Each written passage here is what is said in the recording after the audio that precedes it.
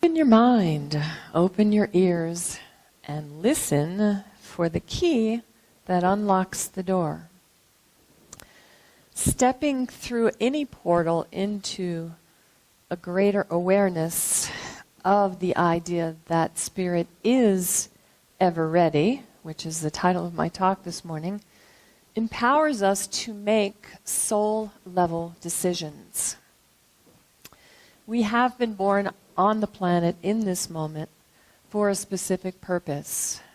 There is an awakening happening that is only now beginning to be revealed. And our journey towards that new life requires renewal of the mind, body, spirit, emotion connections. The Great Spirit creates all things through the power of the Word. Since we are one with that power, we also create through the power of our own word. Whether the words are spoken or silent, they affect our individual as well as our collective consciousness. There is a divine spark within each of us that wants to be illuminated. And our journey towards that inner light, that inner knowing, is always within. So I'll ask you to open your programs this morning. There's a little surprise inside.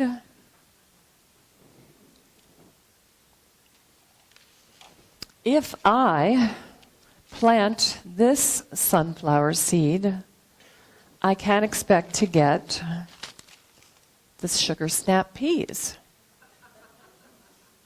If you plant seeds of doubt, you can't expect to experience possibility.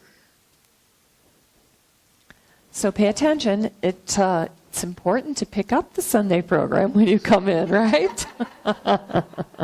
Because there could be a possibility of something in there that you can take home with you and germinate and bring it back on Friday so we can plant it in our back patio. So every seed has within it the possibility to become what it is, just like we have inside of us that same possibility to become who we are. And at the level of soul, we are immersed within this creative force. At the level of the individual, we differentiate it through the use we make of our own mind. So like the song said, we may cross the river the same way every day, but it can be unique each time if we take the time to choose differently. What would our world look like if we were to make this collective conscious shift in our consciousness? Barbara Marx Hubbard says that our story is a birth. It is the birth of humankind as one body. We are one body born into this universe. So what we're talking about is the idea of a universal consciousness, a connection to one another, different from the self-centered consciousness of me, I. A renewal of the collective spiritual journey, the evolution that we are all a part of. Not just talking the talk, but walking the walk, taking the time to get centered, get grounded. Pray before you make any decisions. So our evolution continues to unfold in collaboration with Mother Earth. And for those who don't understand this idea, it can be difficult to really understand that we are indeed experiencing it. It can also be difficult to comprehend the nature of that reality. There is a symbiotic relationship between Mother Earth and her dimensional shift and our shift as human beings. How many of you are fans of Star Trek? There's a character in Star Trek called Dax, if you remember Dax. And Dax is a symbiont, and she requires a host body in order to express who she is. So she goes from host to host. Sometimes the host is a man, sometimes the host is a woman, sometimes the host is a child. And what the comparison around that is us becoming a host for the Great Spirit. So we may change forms from one lifetime to another, but the soul, which I believe is what Dax represents, for those of you who don't know, Gene Roddenberry, who was the creator of Star Trek, was actually on the original board of directors for Dr. Ernest Holmes. So the whole show is totally metaphysical.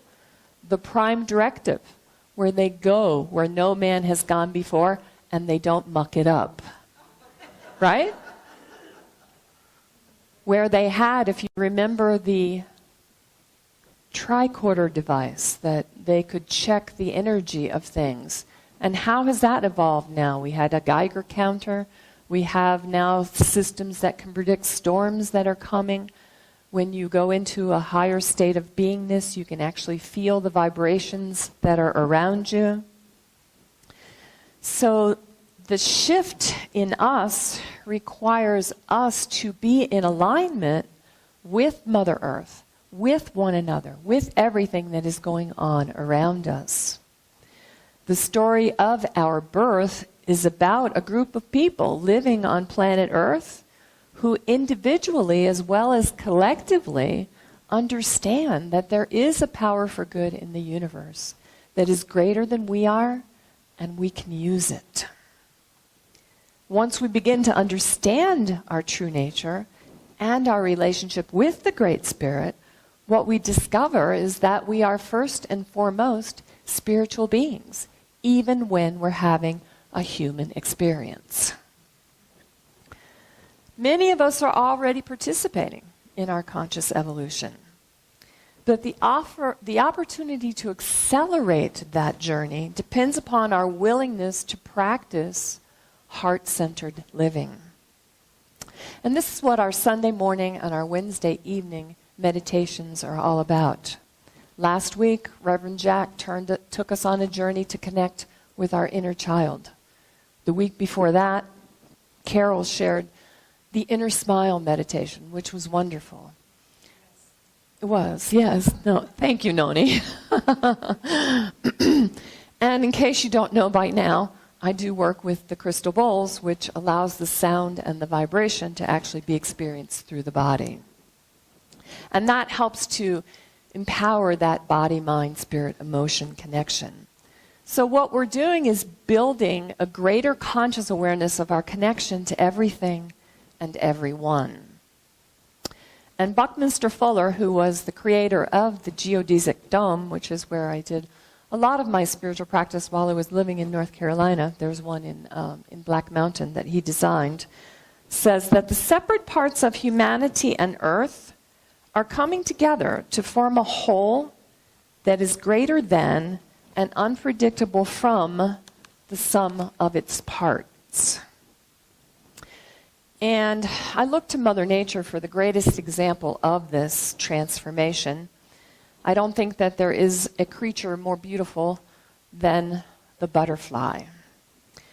And the Native Americans knew the butterfly as a symbol of change, joy, and color. In early Christianity, it was a symbol of the soul. In China, it symbolizes conjugal bliss and joy.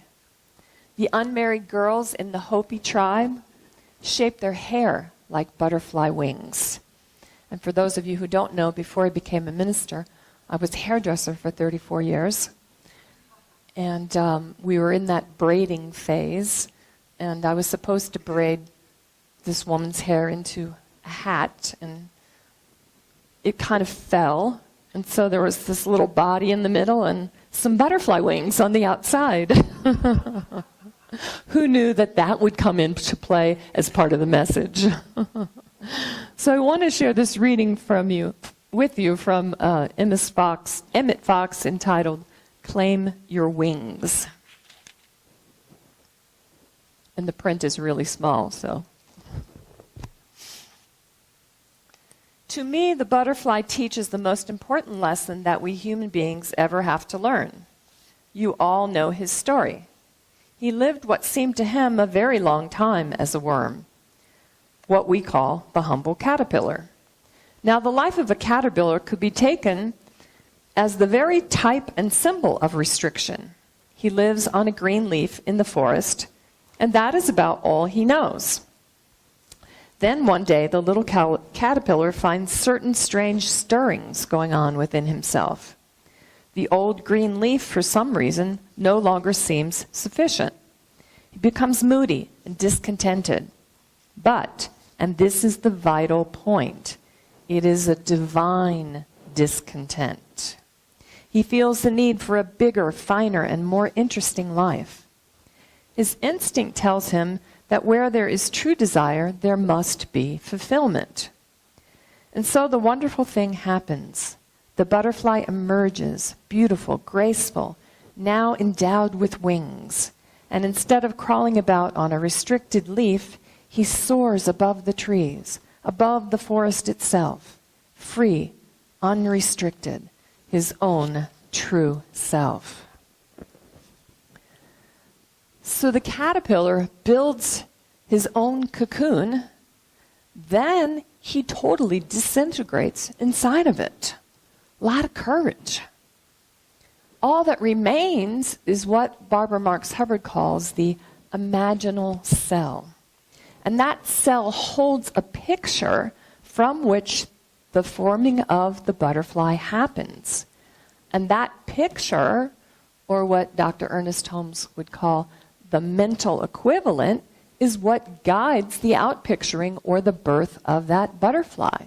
And don't we all do the same thing when we work with our vision boards? If we're trying to create a relationship, we might have a picture in the center of the board of a heart because we want to bring love into that relationship.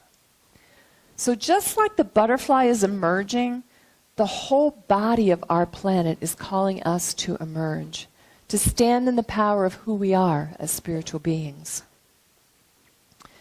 And those of us who are attracted to this new perception of reality are just like that imaginal cell in the butterfly. We're praying, we're meditating, we're doing creative visualization, we're working together through outreach programs to make a difference in our community. And in the process, we're discovering the knowledge that we need in order to co-create a new earth. So finally, liberation from the old idea of separation from source. Each of us puts on the Christ, which simply means to become aware of the light within us through the expression of our divine purpose. And our actions, when they are centered in love, evolve ourselves, evolve our brothers and sisters, evolve this community, the community at large, and the world around us. Ted Sparks, who's one of my favorite authors in his book entitled Animal Speaks, says that transformation is inevitable, but the butterfly teaches you that growth and change don't have to be traumatic. So like the song sang earlier, don't go back to sleep. Stay awake. Stay aware. Feel the opening. Use your mind to accomplish your vision.